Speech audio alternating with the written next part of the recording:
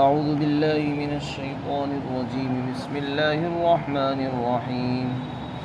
قل ادعوا الله أو ادعوا الرحمن أيما تدعوا فله الأسماء الحسنى ولا تجهر بصلاتك ولا تخافت بها وابتغ بين ذلك سبيلا وقل الحمد لله الذي لم يتخذ ولدا ولم يكن له شريك في الملك ولم يكن له ولي من الذل وكبره تكبيرا۔ اے محمد صلی اللہ علیہ وسلم، آپ کہہ دیجئے کہ تم اللہ کہہ کر پکارو یا رحمان کہہ کر پکارو، جس نام سے بھی پکارو تو اللہ کے بہت سے اچھے نام ہیں، اور اپنی نماز میں آپ زور سے مت پڑھیے ورنہ بہت آہستہ سے پڑھیے، اور بلکہ ان دونوں کے درمیان معتدل راستہ اختیار کیجیے، اور آپ اللہ کی حمد بیان کیجیے، اس اللہ کی جس نے کوئی اولاد نہیں بنائی ہے اور نہ ہی اس کا ملک کے اندر کوئی شریک اور ساجھی ہے، اور نہ ہی وہ ایسا ہے کہ عاجزی کی وجہ سے اس کو کوئی مددگار ہو، اور آپ اللہ کی بڑائی بیان کیجئے جیسے کہ اس کو بڑائی کا حق حاصل ہے۔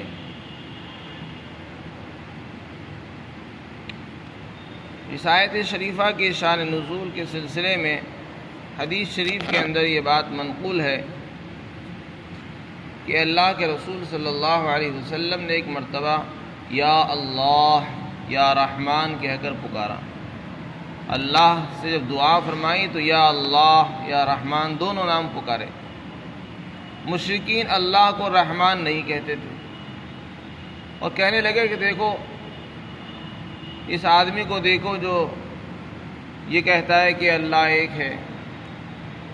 یہ ایک اللہ کو چھوڑ کر خود تو دو خداؤں کو پکار رہے ہیں، اور ہمیں دو خداؤں کے ماننے سے ان کی عبادت کرنے سے منع کرتے ہیں۔ ایک اللہ کو پکارتے ہیں، ایک رحمان کو پکارتے ہیں، ہمیں دو خدا کے ماننے سے، دو خدا کی عبادت سے منع کرتے ہیں، اور خود اس کام کو کر رہے ہیں۔ تو اس کے جواب میں یہ آیت شریفہ نازل ہوئی، اس میں اللہ نے ان کے لغو اور بیہودہ اعتراض کا جواب دیا اور یہ فرمایا رحمان اور اللہ کوئی الگ الگ نہیں ہے، وہ تو ایک ہی ذات کے نام ہیں۔ اللہ ایک ذات ہے، اس کے بہت سے اچھے اچھے نام ہیں، اس میں سے رحمان بھی ہے، رحیم بھی ہے، رزاق بھی ہے، اور حی اور قیوم بھی ہے، بہت سے اچھے نام ہیں۔ ترمذی شریف کے اندر 99 نام اللہ کے بیان کیے گئے ہیں۔ اور جہاں تک تمہارا معاملہ ہے تو تم جن خداؤں کو پکارتے ہو ان کی ذات بھی الگ الگ ہے، صرف نام الگ نہیں ہے، ان کی ذات بھی الگ الگ ہے۔ تو تمہارے جو معبود ہیں ان کی ذات الگ الگ ہے، ہم جو نام مختلف ناموں سے پکارتے ہیں وہ سب ایک ہی ذات کے نام ہیں، ایک ہی اللہ کے مختلف نام ہیں جو 99 نام آئے ہیں حدیث شریف کے اندر۔ تو اس آیت شریفہ میں ایک تو یہ بتایا کہ چاہے اللہ کو رحمان کے نام سے پکارو یا اللہ کے نام سے پکارو، ایک ہی بات ہے۔ یا اللہ کے بہت سے 99 نام آئے ہیں، اور بھی بہت سے اچھے اچھے نام آئے ہیں، جس نام سے بھی پکارو گے وہ پکارنا توحید کے خلاف نہیں ہوگا، نہ وہ شرک کہلائے گا، بلکہ اس کو توحید ہی کہا جائے گا، کیونکہ اللہ ایک ہے، وہ اکیلا ہے، اس کو آپ کسی بھی نام سے پکار سکتے ہیں۔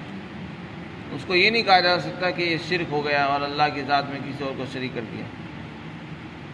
پھر آگے ارشاد فرمایا کہ آپ اپنی نماز میں زور سے قرات مت کیجیے اور نہ ہی آہستہ سے قرات کیجیے۔ اللہ کے رسول صلی اللہ علیہ وسلم ابتداء اسلام کے اندر صحابہ اکرام کو جب نماز پڑھاتے تھے تو زور سے قرات کرتے تھے۔ مشرکین جب آپ کی آواز سنتے، قرآن سنتے تھے تو اس میں ہنسی مذاق، ٹھٹھے کرنا اور بیہودہ باتیں کیا کرتے تھے۔ قرآن سن کر وہ مذاق اڑاتے تھے۔ تو اس آیت شریفہ میں آپ صلی اللہ علیہ وسلم کو اللہ نے تعلیم دی کہ جب آپ نماز کے اندر قرات کریں تو قرات کو بلند آواز سے نہ کریں اور نہ ہی بہت ہلکی آواز سے کریں، اتنی زور سے نہ کریں کہ جو کافر اور مشرک ہیں جب وہ سنیں تو وہ برے الفاظ سے اس کو یاد کریں، یا اس کا مذاق بنائیں یا اس کو جو ہے اس پر ہنسیں، اتنا موقع نہ دیں کہ وہ اس پر مذاق اڑائیں، اور اتنی پست آواز بھی نہ ہو کہ صحابہ کو ہی آواز نہ جائے، بلکہ ان دونوں کے بیچ کی آواز اختیار کریں، یعنی اعتدال، درمیانی آواز۔ اس سے پتہ چلا کہ زور سے جن نمازوں کے اندر زور سے قرات کی جاتی ہے اس کے اندر اتنی آواز بلند کرنا کافی ہے جس سے مقتدیوں تک آواز پہنچ جائے۔ بلا وجہ آواز کو بہت دور تک پہنچانا اور آواز کو بڑھانا اس کی ضرورت نہیں ہے، بلکہ مقتدیوں تک آواز پہنچ جانی چاہیے، اسی کا نام ہے جہر اور زور سے قرات کرنا۔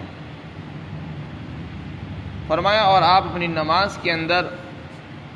زور سے مت پڑھیے اور نہ ہی بہت آہستہ سے پڑھیے، بلکہ ان دونوں کے بیچ کا راستہ اختیار کیجیے،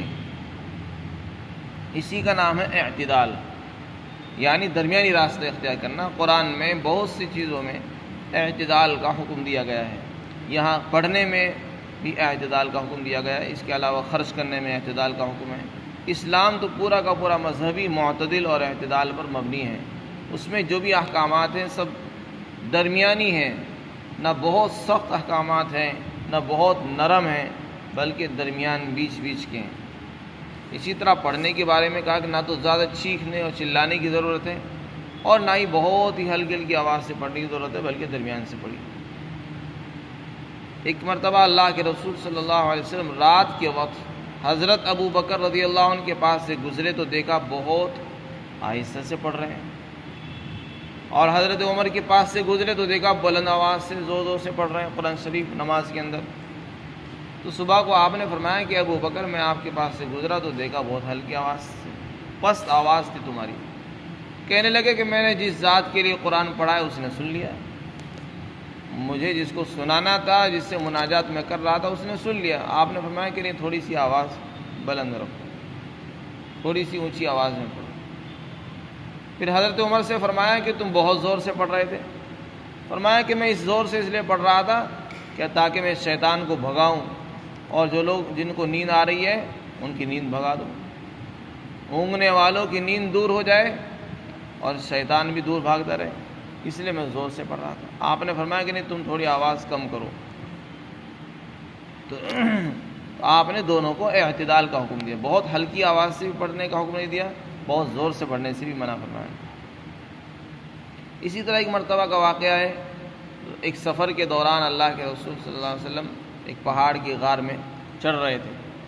ایک شخص نے زور سے پکارا لا الہ الا اللہ واللہ اکبر۔ آپ نے فرمایا کہ تم کسی بہرے اور غائب کو نہیں پکار رہے ہو، جتنی زور سے پکار رہے ہو، جس کو پکار رہے ہو وہ اللہ سنتا ہے، کوئی بہرا نہیں ہے، وہ نہ غائب ہے نہ چھپا ہوا ہے۔ غرض یہ کہ اعتدال مقصود ہے ہر چیز کے اندر۔ وقل الحمد للہ، اس کے بعد آگے اللہ کے رسول صلی اللہ علیہ وسلم کو حکم دیا کہ آپ اللہ کی حمد بیان کرو، اللہ کی تعریف کرو، الحمد للہ کہو، اور اللہ کی بڑائی بیان کرنے کا اس میں حکم دیا۔ دو چیزوں کا حکم دیا کہ اللہ کی تعریف بھی بیان کرو، خوب اللہ کی حمد و ثنا بیان کرو، اور اللہ کی بڑائی بھی بیان کرو۔ حدیث شریف کے اندر آتا ہے افضل الذکر لا الہ الا اللہ، سب سے افضل ذکر لا الہ الا اللہ کا کہنا ہے، اور سب سے افضل دعا الحمدللہ کہنا ہے۔ تو الحمدللہ یہ بھی دعا ہے، اور الحمدللہ یہ شکر ہے، جس نے الحمدللہ نہیں کہا اس نے شکر ادا نہیں کیا۔ تو اللہ کی حمد و ثنا بیان کرتے رہنا چاہیے۔ حدیث شریف کے اندر آتا ہے کہ جنت میں سب سے پہلے ان لوگوں کو بلایا جائے گا، وہ لوگ سب سے پہلے جائیں گے جو ہمیشہ اللہ کی تعریف اور حمد بیان کرتے تھے، خوشی میں بھی اور تکلیف میں بھی،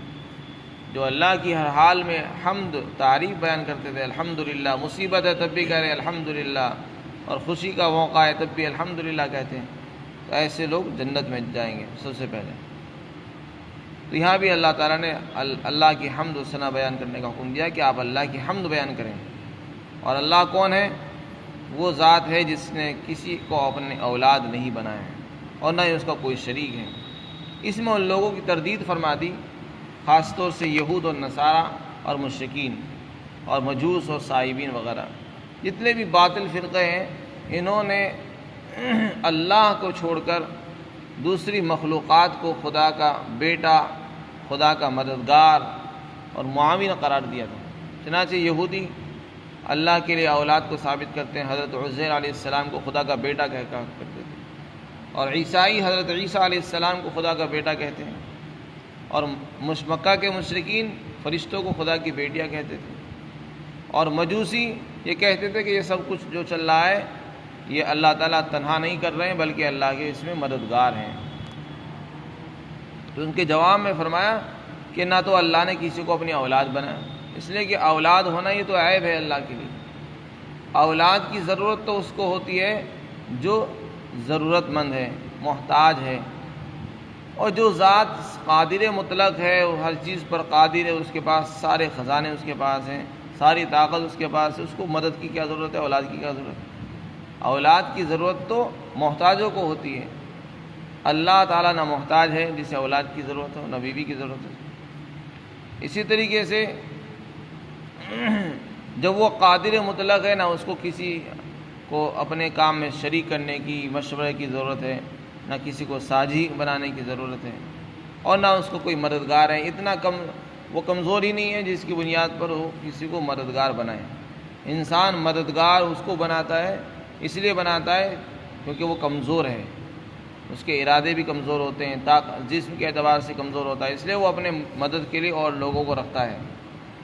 تو فرمایا نہ تو اللہ تعالیٰ کمزور ہیں اور نہ ہی وہ صاحب اولاد ہیں، اس لیے فرمایا کہ اللہ وہ ہے جس نے نہ کسی کو اولاد بنایا اور نہ اس کو کوئی شریک اور ساجی ہے ملک کے اندر، اور نہ ہی کمزوری کی وجہ سے اس کا کوئی مددگار ہے۔ اور اللہ کی بڑائی بیان کیجیے، تکبیر بیان کیجیے۔ اللہ کے رسول نے فرمایا کہ میں سبحان اللہ، الحمدللہ، لا الہ الا اللہ، اللہ اکبر کہوں تو مجھے یہ زیادہ پسند ہے ان تمام چیزوں سے جن پر سورج طلوع ہوتا ہے، نکلتا ہے،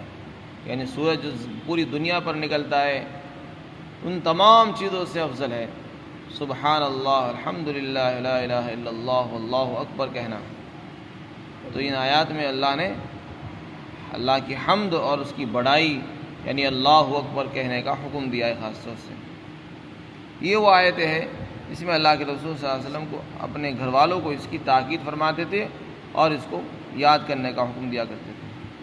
اللہ تعالی ہم سب کو بھی اہتمام نصیب فرمائے۔